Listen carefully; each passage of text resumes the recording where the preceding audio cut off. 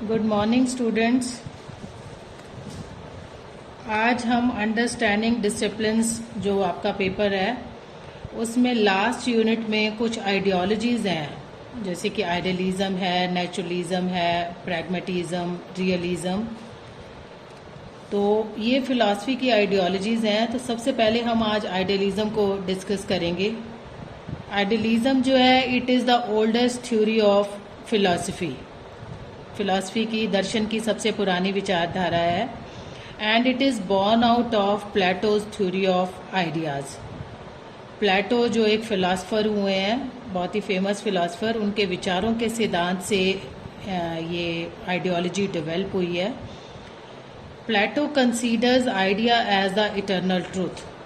प्लेटो ने विचारों को ही अंतिम वास्तविक सत्ता माना, क्योंकि जो आइडियलिज्म है वो बिल्कुल जो लाइफ के जितने भी हमारे बेस्ट आइडियाज़ हैं उनके ऊपर आइडियलिज्म बेस्ड है।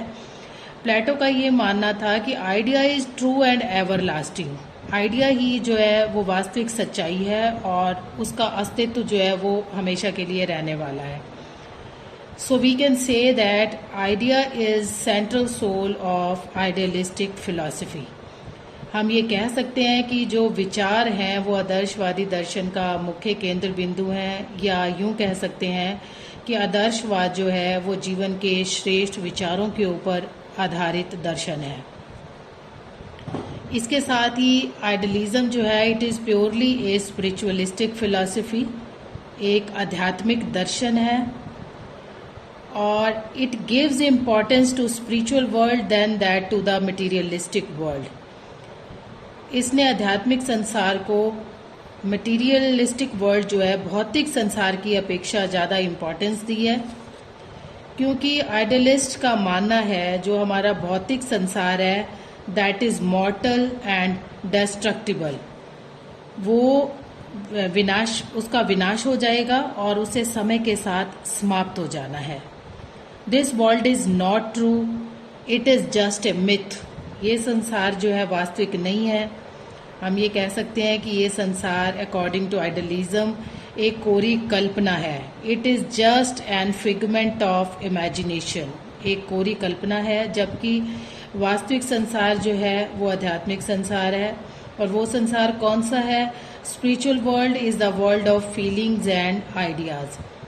आध्यात्मिक संसार जो कि हमारे विचारों और हमारे भावनाओं से बना हुआ संसार है। It is true, this world is true, यही संसार वास्तविक है। इट इज़ अनडाइंग, कभी भी ना समाप्त होने वाला, और इमॉर्टल, हम ये कह सकते हैं कि जो अमर है संसार, जिसकी एग्जिस्टेंस हमेशा के लिए है, वो हमारा आध्यात्मिक संसार है। According to this philosophy spiritual world कौन सा है? Spiritual world means God and soul are true, कि जो आत्मा और परमात्मा है वही वास्तविक है, और जो ईश्वर है, God is the creator of this universe, ईश्वर जो है वो इस संसार को बनाने वाला है। और उन्होंने कंसीडर किया है कि जो मनुष्य है, man is the best creation of God, कि मनुष्य जो है वो ईश्वर की बनाई हुई सर्वश्रेष्ठ रचना है। मनुष्य को आइडियलिज्म ने क्यों इम्पोर्टेंस दी है?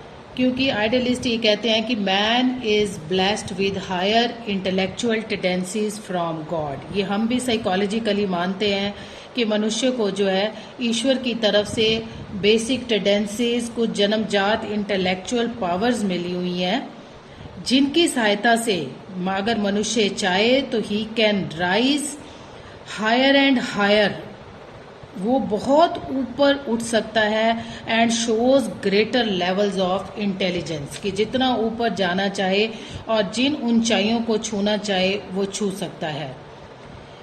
इन इंटेलेक्चुअल पावर्स की सहायता से ही man can mould and modify his surroundings and circumstances according to his needs and requirements. इन पावर्स की सहायता से जो आंतरिक शक्तियां मनुष्य को मिली हुई हैं, वो चाहे तो अपनी सिचुएशंस को, अपनी सराउंडिंग्स को अपनी ज़रूरतों के अनुसार वो मोल्ड कर सकता है। कि जैसे हम देखते हैं कि जो लोग हिली एरिया में रहते हैं, जब कोई हिली एरिया में या चला जाता है, उसके अकॉर्डिंग वहाँ के एटमॉस्फेयर के अकॉर्डिंग वो अपने आप को ढाल लेता है।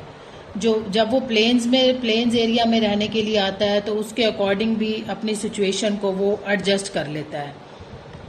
और इसके साथ ही man can discriminate between what is right, what is wrong, what is good, what is bad, what is proper, what is improper. इन सारी चीज़ों में मनुष्य को ये शक्तियाँ मिली हुई हैं जिससे वो ये जान सकता है कि मेरे लिए क्या अच्छा है, कौन सी चीज़ मेरे को नुकसान पहुंचाने वाली है। और इसके साथ ही can rise higher and higher and can attain divinity by his own virtuous life, कि मनुष्य चाहे तो वो अपने जीवन के अंतिम लक्ष्य को प्राप्त कर सकता है इन इंटेलेक्चुअल पावर्स की सहायता से।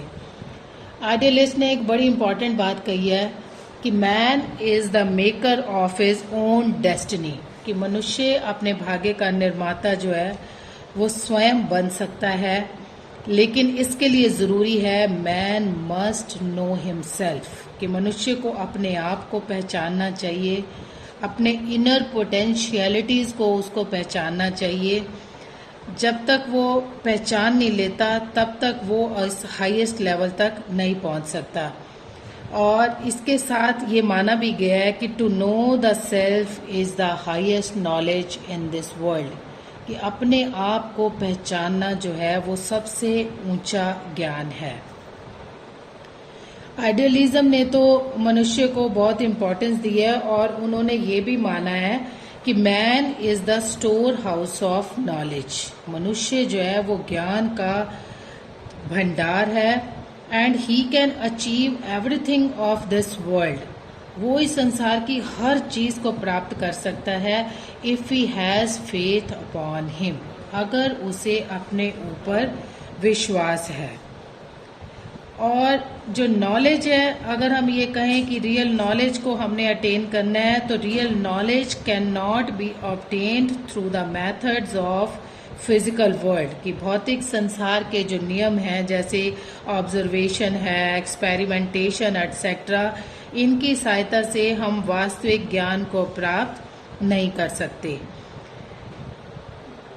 It can be obtained with an understanding of the inner self, कि रियल नॉलेज हम किससे ज्ञान प्राप्त कर सकते हैं, अपनी इनर सेल्फ को पहचान के, अपनी आंतरिक शक्तियों को पहचान के ही हम इस संसार का वास्तविक ज्ञान प्राप्त कर सकते हैं। ये आध्यात्मिक दर्शन है, इसलिए ये फिलॉसफी जो है, this philosophy believes in spiritual values, आध्यात्मिक मूल्यों में ये दर्शन जो है विश्वास करता है।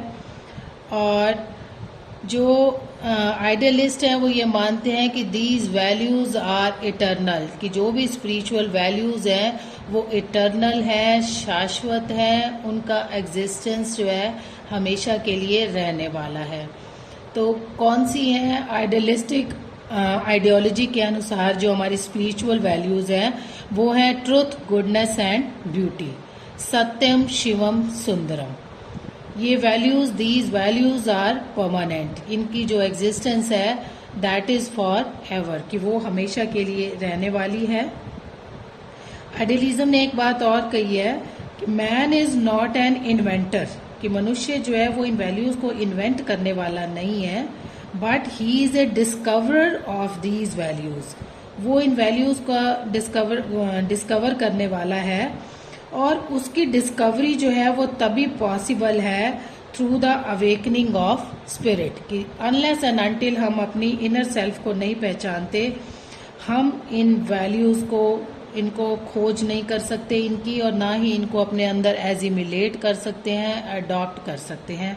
तो हम ये कह सकते हैं कि ये वैल्यूज जो हैं, दीज वैल्यूज आर इमॉर्टल, ये वैल्यूज जो हैं हमेशा के लिए रहने वाली हैं, इनका विनाश जो है वो कभी भी नहीं होता।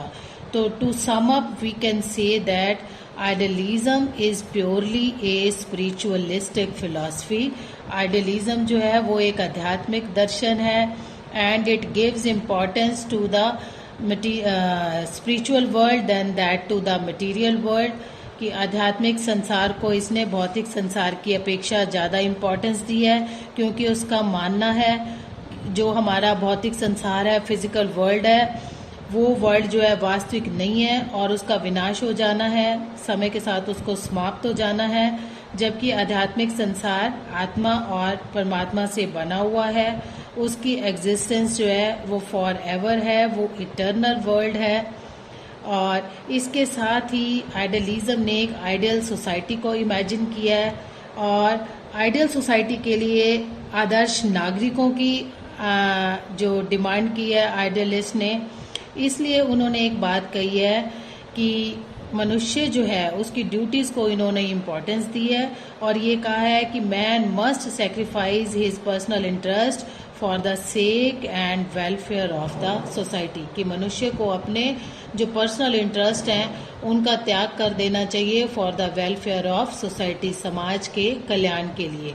क्योंकि आदर्श समाज की कल्पना की है और आदर्श समाज के लिए आदर्श नागरिक ज़रूरत होते हैं और आदर्श नागरिक वही बनेंगे जो आदर्श वैल्यूज़ को अडॉप्ट करके आदर्श चरित्र का अपना निर्माण करेंगे।